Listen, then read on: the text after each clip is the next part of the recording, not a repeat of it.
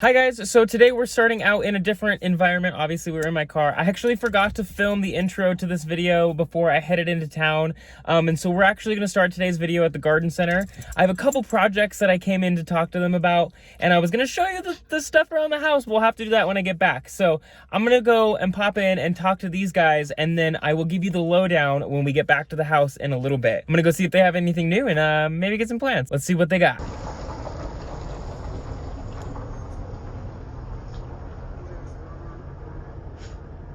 Okay, so it is the next day. I filmed when I got home yesterday, but it was just really windy and everything was kind of weird. So we're doing this again.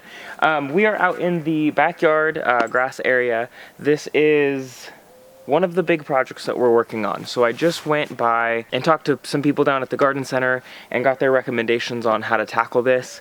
My plan and my approach was to take a spray back here that'll only hit the broadleaf plants and kind of just do a big blanket spray and try and kill off anything back here that is not a grass of some sort, and then we can kind of figure out what we really have as far as grass goes, see if we can find one that we like and maybe reseed that.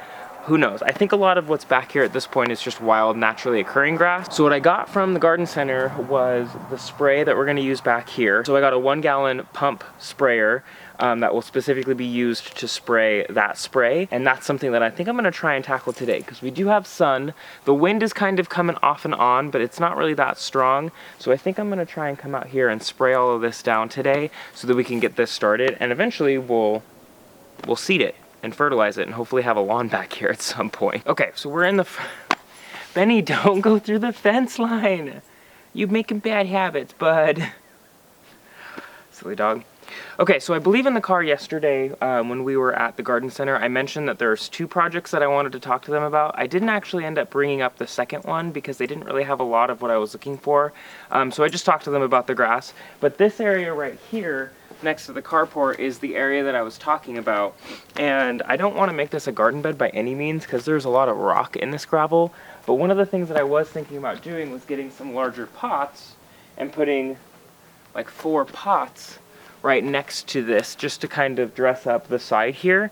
I also really want to kind of exaggerate almost an implied walkway through this area, so having the pots here would distinguish that side, and then the mulched area is on that side. So eventually I want to get a couple pots for this right here. What I'm going to put in them, I don't know. Evergreens or topiaries are really expensive, but that would be really structural and pretty all year long. So probably in the immediate future it'll just kind of be like a larger centerpiece, like maybe a tall fountain grass with some flowers around it. The other problem is that this is pretty much shaded all day long. It's north facing, so it does get, like this pot would get morning sun, and the pots at the end would get late evening sun, and that's about it. So it's going to be kind of interesting to find something that'll fit through this shade right here. So we'll see. But that was the second project, just because I did mention it. But we're not going to touch this today because I don't have anything for it. Okay, and since we are out here anyway, I figured I might as well give you guys an update. I do officially have a date for all of the dirt and the mulch that's coming.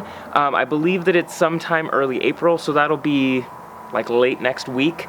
So it's coming. It'll be here at some point, but not anytime soon. So this is gonna be pretty much the same way. Probably what I will do in the meantime is come through and I'll get all of this grass and weed out. On just some random day, I'll come through and clean all of that up. I think what I'm gonna do this year is just mulch everything through. You guys had a lot of really good recommendations, but the main one that I think would have been the best is that gravel that we kind of talked about. But doing the gravel in here before I get any sort of border in is just gonna be a nightmare as far as it spilling into the garden beds that line the garden on the outside. So I think this year I'm just gonna do blanket mulch so that everything is mulched in, so that if I have any transfer, it's not a big deal. And the mulch that we're getting from the landscape company isn't a bark mulch, it's more of like a compost mulch, so it'll just kind of sink into the dirt at some point anyway, and I won't have to get rid of it eventually in the future. I can just dress right on top of it if I decide to do something else in the garden. So that's the garden update. So we're out in the cut flower garden, in the ornamental flower garden, whatever you want to call it. And this area is going to start changing here really soon because I don't know if we mentioned it, but the rototiller is on the property now. So I just, I'm going to start tilling up lines for this area. The rototiller width is like the perfect width for a line. So I will be just tilling out lines and then leaving the natural dirt in between them, which is ideal because then it doesn't get all powdery and in your shoes when you walk on it. But one of the things that I've been going back and forth on is the orientation, whether we're gonna go this direction or we're gonna go this direction, which probably looks very similar on camera. But the wind tends to come through here north to south one way or another. And so I was thinking originally that I would run my rows north to south. But what I am thinking about is the fact that if I stake everything, which I'm planning on having stake lines out here anyway, the wind would just push them through the twine supports. So, but if I run them east to west, the wind would come through and push them up against the twine, and I think I would have less falling over. So, I don't know. I haven't quite figured that out yet, but one way or another, we're gonna have stuff out here. The other thing that's been decided, because I keep buying seeds, is that we are gonna have more than sunflowers and ornamental corn out here. Originally, it was supposed to be sunflowers, then it was sunflowers and corn, now it's sunflowers, corn, dahlias, and a row of seeded cut flowers like zinnias and I can't remember what the other one is, but there's, it's zinnias are gonna come out here, and one other plant. I'll put it on the screen. I can't remember what it is right now. That's the update for this garden. You guys will see this on the next video, probably get transformed because we do have the rototiller here now, but it's gonna look like this for a couple more days until I figure out how I want my rows, and then we'll till it up.